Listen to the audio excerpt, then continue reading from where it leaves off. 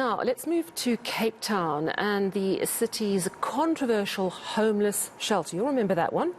It's come back to haunt the city. The shelter set up to house the homeless during the first COVID lockdown was severely criticised right from the get-go for the state of the facilities and allegations of human rights infringements. Now the Special Investigating Unit has cited irregular expenditure to the tune of 42 million rand, causing further embarrassment for a municipality that prides itself on clean governance. eNCA reporter Lindsay Dentlinger has been following that story. She joins us now. Hello, Lindsay. So the SIU citing 42 million rand as irregular expenditure for the homeless shelters.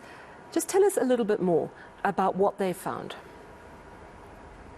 So the SIU didn't go into very much detail, Sally. This matter was raised by the Good Party's Brett Heron, flagging it to the SIU, as you know, as the SIU was investigating a whole host of COVID-19 related expenditure, and the SIU finding that the appointment of this particular service provider to erect that marquee that caused all this outrage in the first place to have been irregular and fruitless and wasteful expenditure, and said that the process that was followed to appoint this contractor was irregular in that they only went out to get one quotation and they just accepted that quotation at face value. They didn't open this up to a competitive market, and so for that reason they find that the cost, although Brett Heron will tell you that this cost is excessive, and feels that even just on the face of that,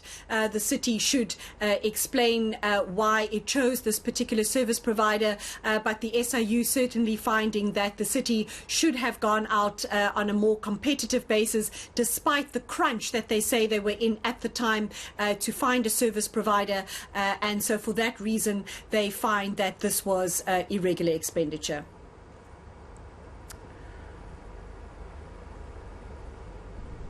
It became a blight on the City of Cape Town's attempts to manage homeless people during the hard lockdown. And now the Special Investigating Unit says the procurement process for this marquee that cost the city 42 million rand was irregular.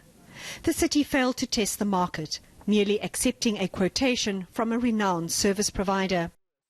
The Special Investigating Unit says Downing Marquee Hire profited excessively to the detriment of ratepayers. It found the procurement process had not been fair, transparent, equitable or cost-effective. The Good Party blew the whistle on the transaction. For 43 million rand, ultimately you could have bought a couple of buildings and provided permanent facilities where homeless people could have been housed while they're being assisted to find their path off the street. But the city says it was under pressure to comply with Alert Level 5 lockdown regulations to provide emergency accommodation for homeless people. And the constrained timelines meant it had to follow emergency procurement processes.